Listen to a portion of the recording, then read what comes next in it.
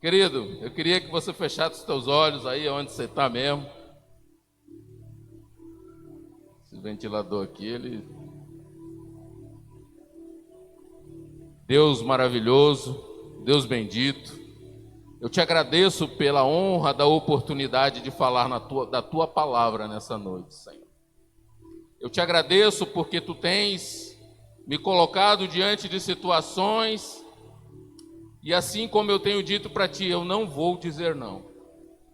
Muito obrigado, Deus, pela oportunidade. Muito obrigado por cada vida que aqui está. Senhor Deus, fala aos nossos corações. Mostra-nos, Senhor Deus, nessa noite a tua vontade. Enche-nos da tua alegria, da tua esperança, Senhor Deus.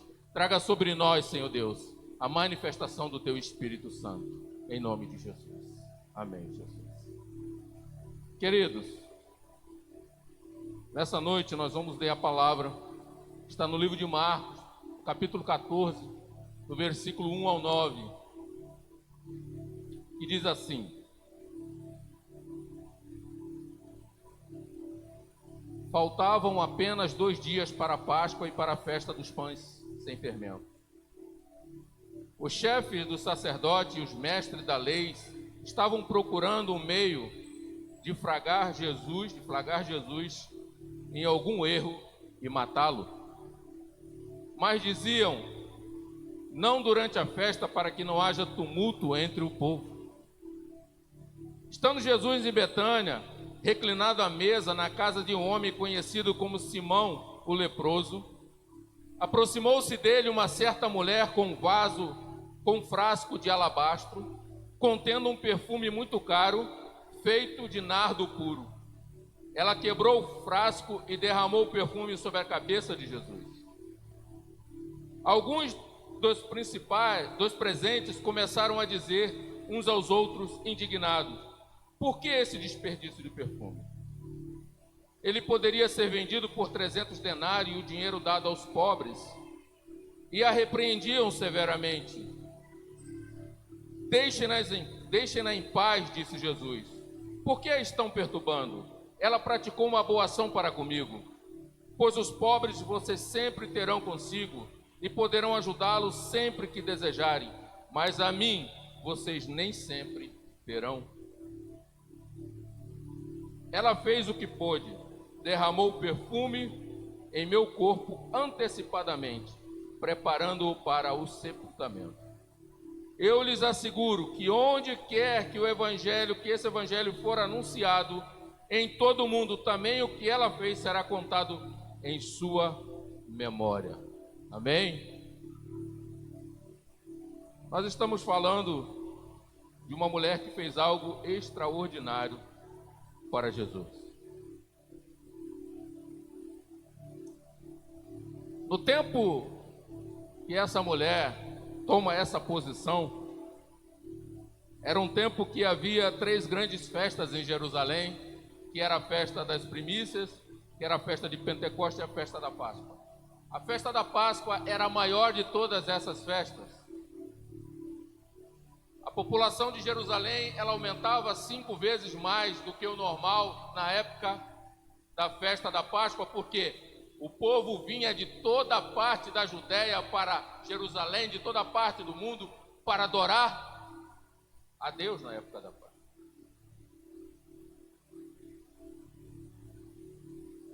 E a Páscoa sempre teve um significado muito grande para os judeus. Mas nessa mesma época que Jerusalém estava lotada, que a população estava 5 vezes maior, havia uma conspiração. A Bíblia fala no versículo 1, que havia uma reunião de homens importantes, cujo intuito era matar Jesus. No versículo 3, a Bíblia diz que havia também uma festa em Betânia, onde Jesus estava participando daquela festa. Então você vê que havia uma reunião no versículo 1, onde homens importantes estavam reunidos para matar Jesus. Mas havia em uma aldeia simples, uma casa simples, onde Jesus estava sendo recebido com toda a honra. Esses homens importantes que estavam procurando matar Jesus eram os religiosos da época. Eram as autoridades que deviam tê-lo recebido e tê-lo introduzido no meio deles para que ele pudesse mudar as suas vidas. Mas o problema é que a posição de Jesus, aquilo que Jesus ensinava, aquilo que Jesus pregava, ia de encontro às práticas diárias dele. Eles eram confrontados diariamente pelos ensinamentos e pela presença de Jesus. E ali, eles colocaram em seu coração: nós vamos matar Jesus.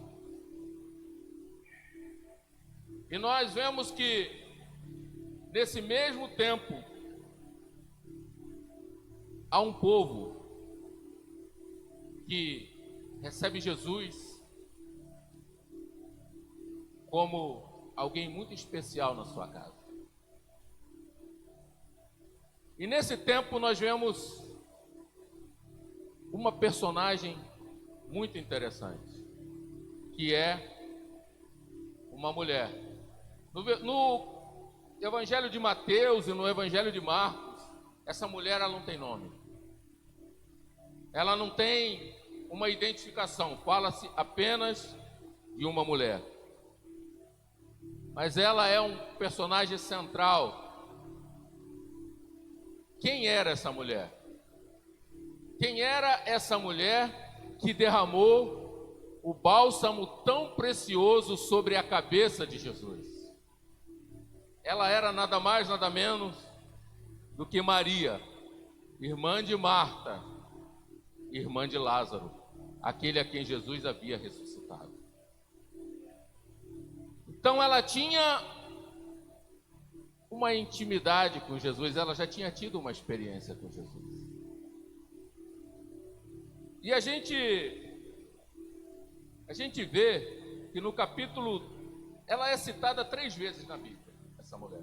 No capítulo 10 de Lucas, versículo 38 ao 42, diz assim: E aconteceu que, indo eles a caminho, entrou Jesus numa aldeia, certa mulher por nome Marta o recebeu em sua casa. E tinha esta uma irmã chamada Maria, ao qual assentando-se também aos pés de Jesus, ouvia a sua palavra. Marta, porém, andava distraída em muitos serviços e, aproximando-se, disse: Senhor, não te dá tu que a minha irmã me deixe servir só? Dize-a que vem me ajudar. E respondendo Jesus disse: Marta, Marta, estás ansiosa e fadigada com muitas coisas, mas uma só é necessária. E Maria escolheu a boa parte, a qual não lhe será tirada. Essa é uma passagem que essa mulher aparece. A outra está em João 11, quando Jesus ressuscita Lázaro. A palavra diz que ela estava na sua casa no momento em que Jesus chega. E no capítulo 12 de João, essa mulher, ela está novamente aos pés de Jesus, mas ela está numa outra posição. Ela não está ouvindo mais Jesus, ela não está somente ali solvendo e absorvendo os ensinamentos de Jesus, mas ela está numa outra posição. Diz assim no versículo 3 do capítulo 12: Então Maria pegou um frasco de nardo puro, que era o perfume caro, derramou sobre os pés de Jesus e os enxugou com os seus cabelos, e a casa encheu-se com a fragrância do perfume. Aqui, João, o evangelista, aquele a quem Jesus amava, identifica ela e diz: Maria. Marcos não fala o nome dela, mas aqui ela é identificada como Maria, que pegou um frasco de nardo e derramou sobre a cabeça de Jesus. Mas por que eu estou falando isso? Porque a gente aprende algumas coisas extraordinárias com essa mulher. E nós precisamos, hoje, viver essas referências. Nosso tema do mês de maio é comprometimento. comprometimento. Quem estava aqui ontem na conferência teve a oportunidade de ouvir palavras maravilhosas. E eu quero dizer para você que eu fui muito abençoado ontem. Deus falou muito ao meu coração ontem. E uma frase que eu gostei muito foi do pastor Cláudio, quando ele diz: a gente assiste aqui as lives de vocês e nós temos essa igreja como uma referência na região. E eu quero dizer para você que nós não fazemos porque somos referência, mas nós aqui do Guaicurus somos referência porque fazemos para o Senhor. Nós somos referência porque fazemos para o Senhor. Quando você faz para o Senhor, você se torna referência. Quando você se dispõe para Deus, você se torna referência. E Deus está procurando pessoas para serem referência dele na terra. E essa mulher, ela é para nós, dentro do contexto dessa mensagem nessa noite, uma referência para que nós possamos seguir caminhando na presença de Jesus e não olharmos para as dificuldades que nós vamos enfrentar todos os dias. Todos os dias parece que se levanta uma muralha, um leão à nossa frente. Mas aquele que está conosco sempre vai nos fazer transpassar as muralhas. Sempre vai nos fazer matar o leão. Assim como Davi. Aprendemos algumas lições com Maria. E essas lições eu quero compartilhar com você nessa noite. No versículo 8, Jesus diz assim: ela fez o que pôde. E a mesma coisa eu pergunto para você nessa noite. Nós temos feito o que podemos? Nós temos feito para Deus o máximo que nós podemos? Ontem nós falávamos, os pastores aqui falavam muito sobre abrir mão do seu eu e dos seus projetos. Porque comprometimento é isso. Não existe um comprometimento quando nós estamos divididos entre a nossa realidade e a realidade de Jesus. Nós precisamos estar inseridos no contexto daquilo que Deus nos chamou para fazer. Só que o problema é que às vezes o contexto daquilo que Deus nos chamou para fazer vai nos tirar do nosso conforto diário. Vai nos tirar do nosso conforto diário. Eu vim aqui hoje de manhã e preguei, e quando o pastor disse para mim, pediu para me pregar novamente, disse: amém, eu vou. Mas era para mim estar lá em casa agora, lá no meu escritório, vendo as minhas coisas. Mas eu estou aqui. E eu não sou melhor do que você. Eu não estou dizendo isso aqui porque eu sou especial, não. É simplesmente porque nós vamos abrindo mão da nossa vontade, do nosso querer para fazer aquilo que Deus nos chamou para fazer. E isso é um processo na nossa vida diária, irmão. É um processo diário que Deus vai trazer sobre nós, para que nós venhamos a fazermos o que podemos para Deus. Jesus disse: ela fez o que pôde. No versículo 3, eu aprendo com Maria que ela fez o seu melhor. Ela fez o seu melhor. Nós temos tanta coisa, né?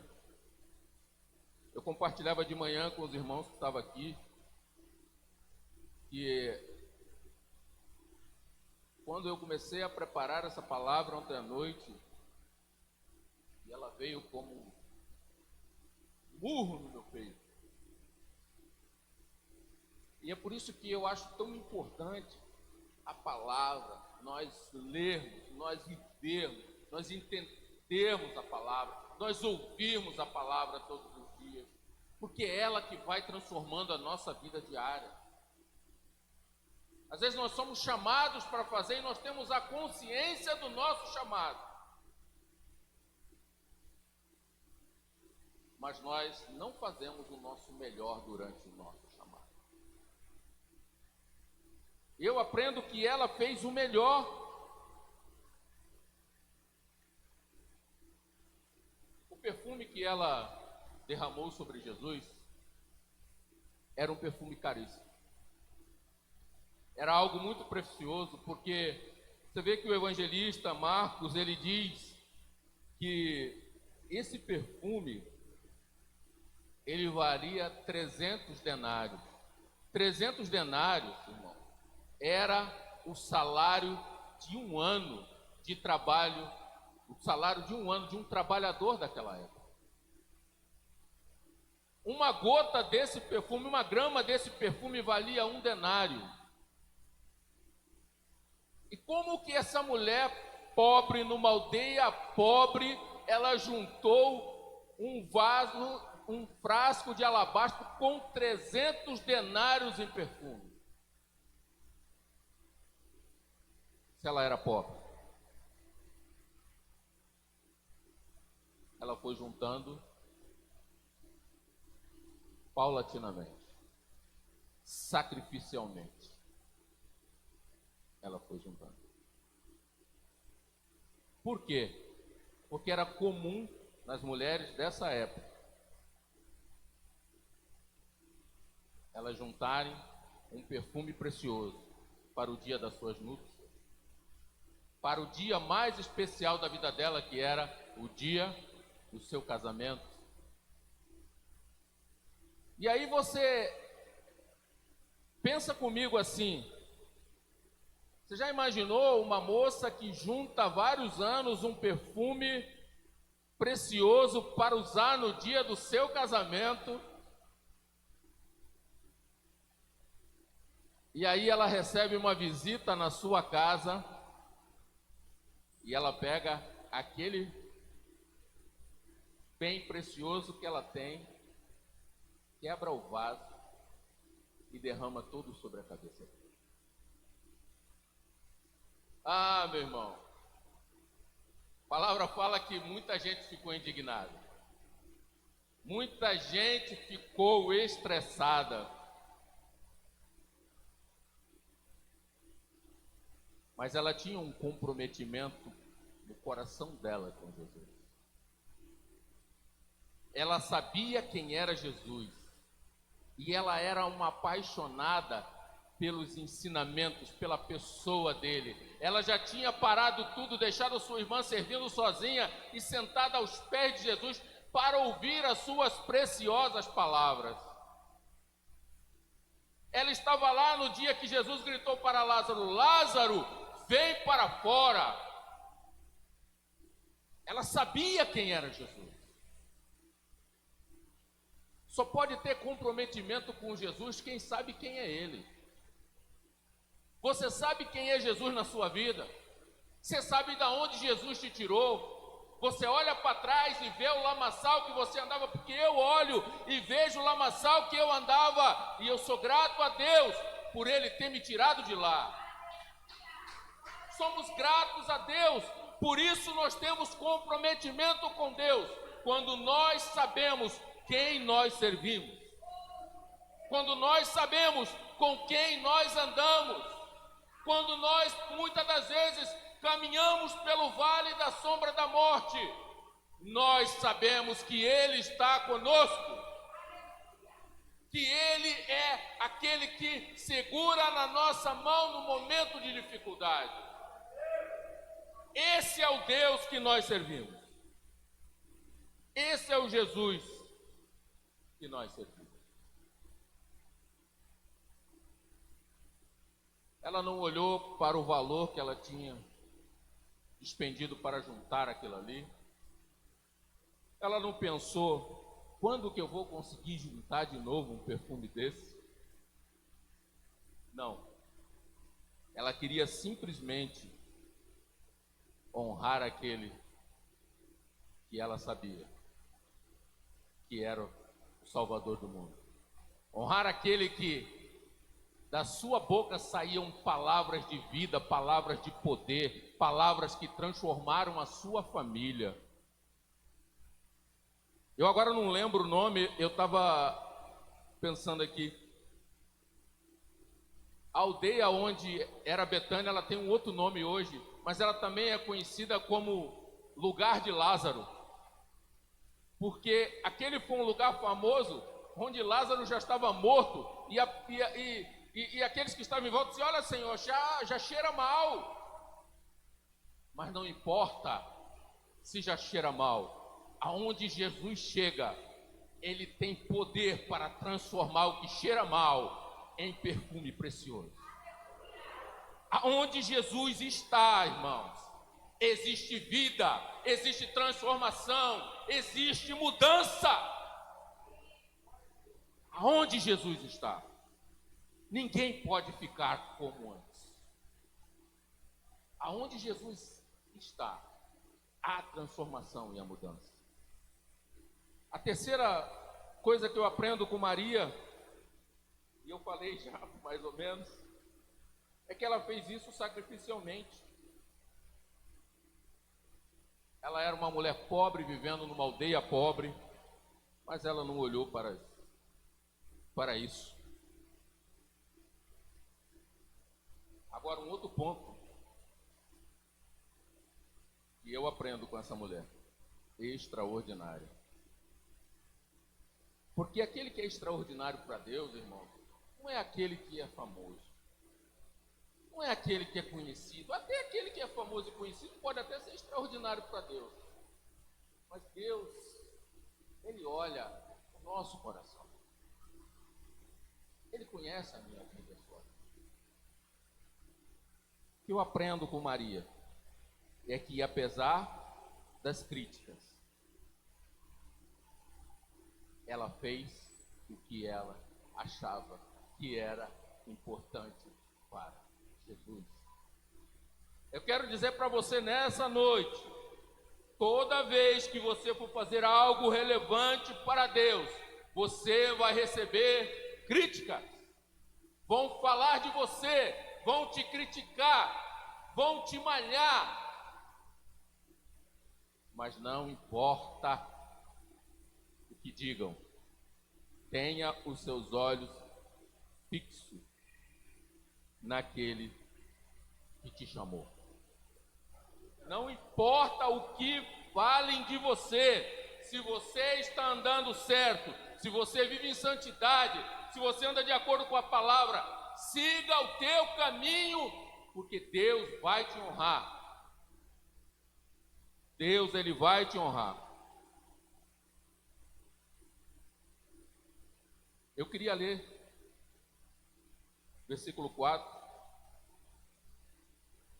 Versículo 4 diz assim: alguns dos presentes começaram a dizer uns aos outros, indignados: por que esse desperdício de perfume?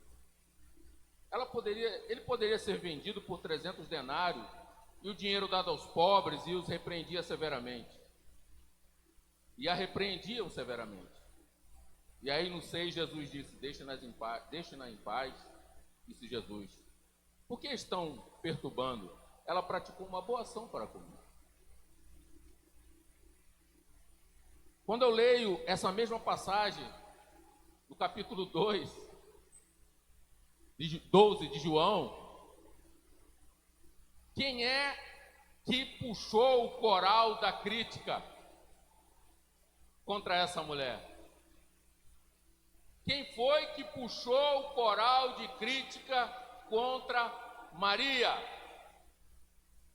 Foi alguém que, ao terminar esse jantar, saiu dali e foi lá aonde aqueles homens importantes da época estavam reunidos e entregou Jesus a eles.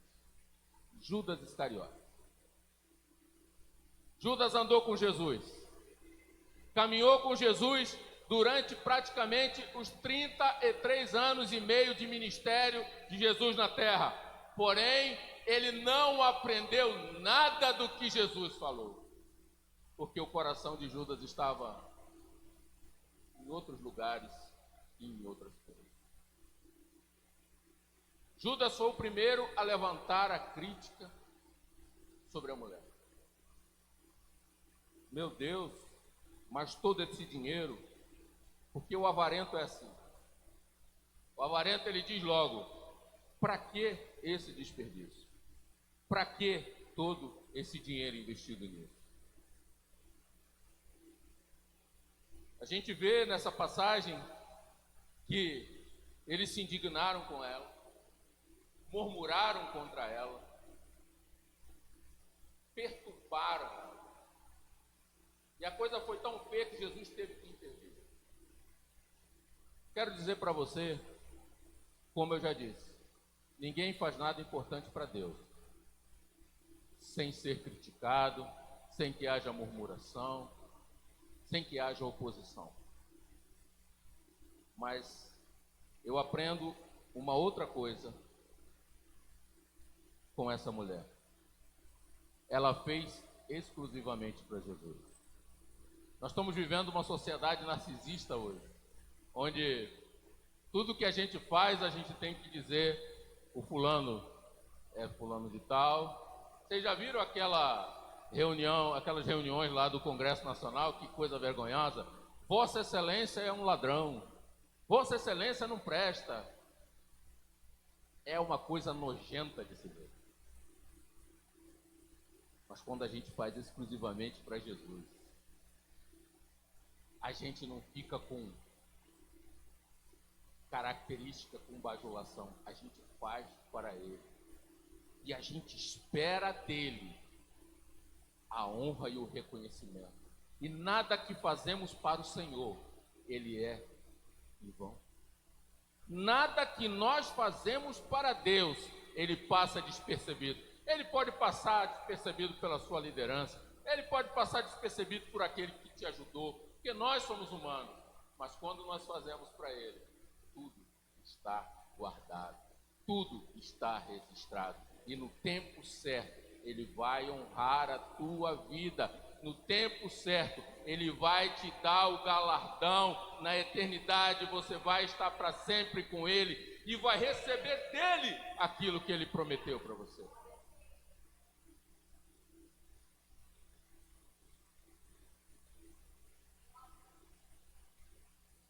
Maria não se importou com o que falaram. Maria não se importou com nada, porque o coração dela estava exclusivamente voltado para agradar a Jesus. Isso chama-se comprometimento.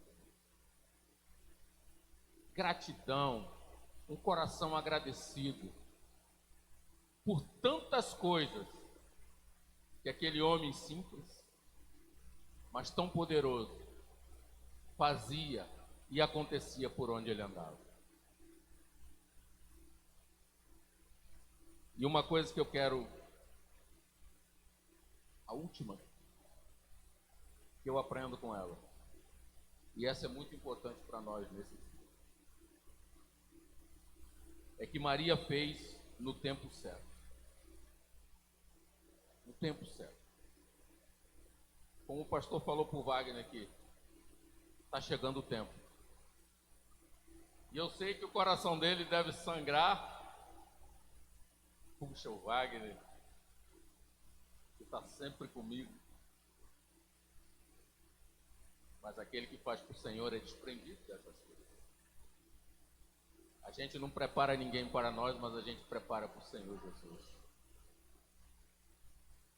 No tempo certo, Maria, ela tomou a atitude de ungir Jesus com aquele perfume precioso. A palavra nos fala que no outro dia Jesus, ele entra em Jerusalém, montado no jumento, e a cidade estava lotada, e eles gritavam e cantavam: bendito aquele que vem em nome do Senhor. É a sua entrada triunfal em Jerusalém.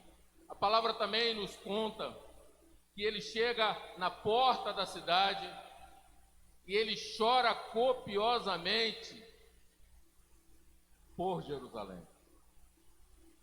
porque Jerusalém não entendeu o tempo da sua visitação. Aqueles que ali estavam não compreenderam quem era aquele que estava com ele. Eu às vezes fico pensando, diante de tanta coisa que nós temos visto, se nós estivéssemos vivendo um outro tempo e Jesus viesse hoje, quantas pessoas não compreenderiam Jesus? Eu tenho certeza que muitos estariam aos pés de Jesus, mas alguns não o compreenderiam, ou até mesmo tentariam matá-lo, para que ele não tirasse as suas posições, porque achariam que ele ia ameaçar as suas posições. Eu acredito muito que vem chegando um tempo em que o fim dessa era que nós estamos vivendo está muito próximo. Eu acredito muito que Jesus ele está à porta para buscar a sua igreja. É tempo de nós nos achegarmos aos pés dele.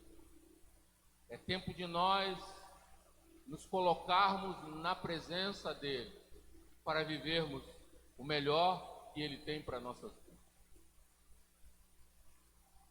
A Bíblia fala que depois de Jesus passar por tudo isso, chorar ali, ele faz a ceia. Depois da ceia ele vai para o Getsêmani. Ali ele passa pela angústia, depois ele é preso, depois ele é levado até Pilatos, depois ele é levantado numa cruz. Às 15 horas ele entrega o seu espírito a Deus. No sábado há um silêncio, mas no domingo algumas mulheres se preparam e vão lá no túmulo embalsamar e perfumar o corpo de Jesus. Mas quando elas chegam lá, a pedra está removida, o sepulcro está vazio. O Rei da Glória ressuscitou. Ele ressuscitou. O corpo dele já não precisa mais de perfume, de unguento. O tempo de ungir o corpo de Jesus com perfume já tinha passado. E elas encontram um anjo e o anjo diz: olha, vocês estão procurando aquele que ressuscitou dentre os mortos. Ele está vivo. E eu aprendo que não adianta eu querer fazer para Deus, para Jesus, depois que o tempo passa. O tempo passou, a janela de oportunidade se fechou, acabou. Hoje é tempo de oportunidade. Hoje nós podemos fazer muito para o Senhor Jesus. Fazer muito para o Senhor Jesus requer entrega total a Ele. Quando o pastor falou para a nossa irmã ali sobre um chamado para ser diaconisa, eu olhei para ela e ela, porque bate na gente essa palavra, porque é forte no nosso coração essas palavras. E é o tempo. É o tempo. É o tempo de vocês derramarem o perfume precioso do trabalho de vocês sobre a vida de Jesus. É o tempo de nós vivermos a preciosidade de estarmos na presença de Deus, de criarmos intimidade com esse Deus. Que a palavra diz que todo o trabalho que aquelas mulheres tiveram, chegaram ali e Jesus já não estava mais ali. Jesus já tinha ressuscitado dentre os mortos. O corpo dele já tinha sido transformado num corpo de glória. Assim como o meu e o seu corpo seremos transformados num corpo de glória. Porque Jesus é a primícia dentre os mortos, ou seja, ele é o primeiro a ser ressuscitado num corpo transformado. E eu e você seguiremos a ele. O dia que ele voltar, a terra dará os seus mortos, e num abrir e fechar de olhos, o Espírito que está em Deus se unirá a esse corpo transformado, diz o apóstolo Paulo, e seguiremos juntos, completos como ele, para toda a eternidade. Esse é um tempo que nós precisamos entender em nossas vidas. O comprometimento gera em nós, vai nos fazer, nos dispor a fazer o que nós podemos. É o que eu aprendo com Maria. Comprometimento me faz dar o meu melhor. O comprometimento me faz fazer sacrifícios pessoais. Eu fico pensando, ontem o pastor falou dessa torre de oração, né? Sabe, irmãos, existiu em uma aldeia na Alemanha, que eles eram conhecidos como moravianos. Era um povo dedicado a Deus, comprometido com Deus.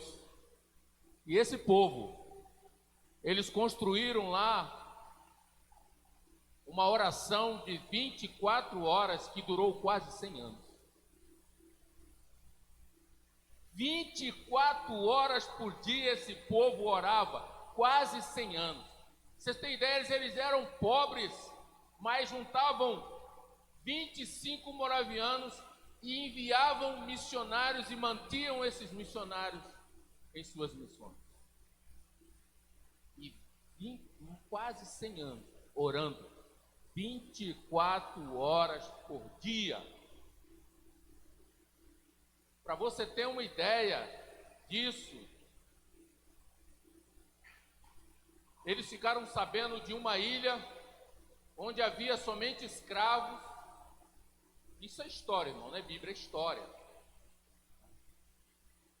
Onde havia somente escravos e eles, cara, a gente precisa enviar lá um missionário. E o dono falou, não, aqui a dona era teu, aqui não entra nada disso. Mas a gente pode ir como escravo. Bom, pode. Se venderam como escravo. E 2 partiram para essa ilha. E a história diz que eles nunca mais voltaram. Nunca mais voltaram.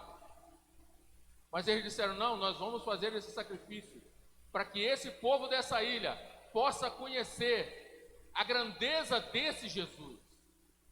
E aí quando a gente lê isso, quando a gente olha isso, a nossa voz fica embargada e a gente pensa, a gente faz tão pouco para Deus. Nós estamos vivendo um tempo tão precioso de liberdade. Nós estamos vivendo um tempo maravilhoso, onde nós podemos falar de Jesus abertamente. Nós não precisamos ser mortos, nós não precisamos dar a nossa vida. Vivemos num país livre. Tem muitos países ainda em que as pessoas são mortas por dizer que ama Jesus.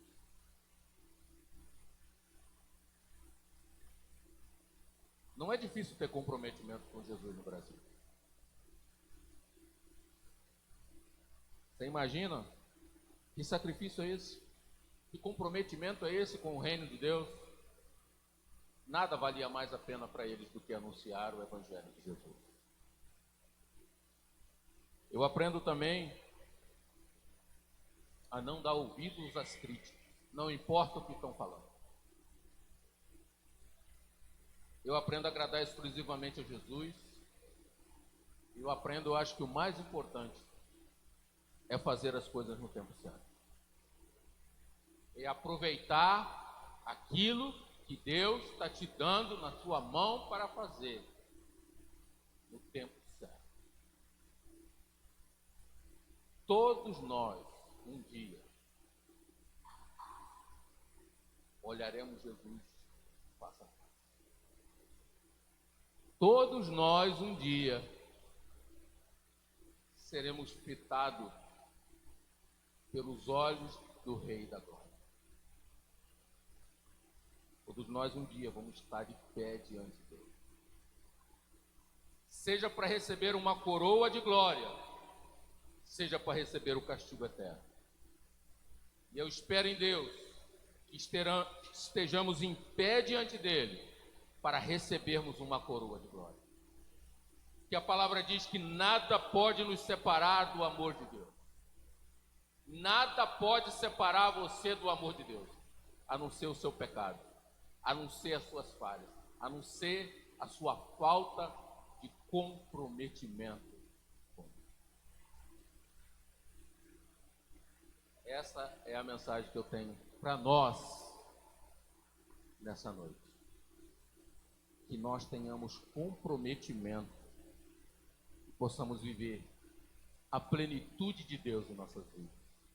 Deus tem falado comigo muito essa palavra, plenitude.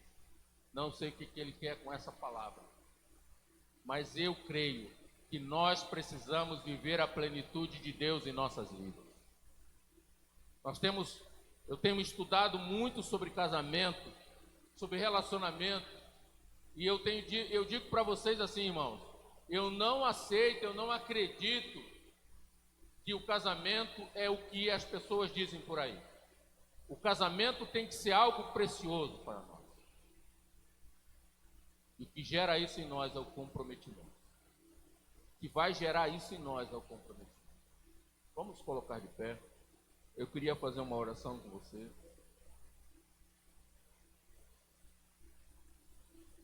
É um tempo maravilhoso de Deus.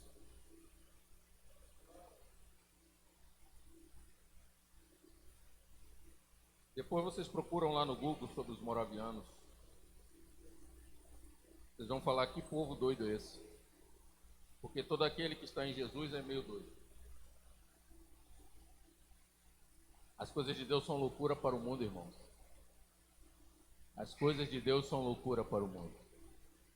As coisas de Deus são loucura para aquele que é sábio, para aquele que é letrado, entendido. As coisas de Deus são loucura. Mas para nós, essa palavra é o poder transformador de Jesus.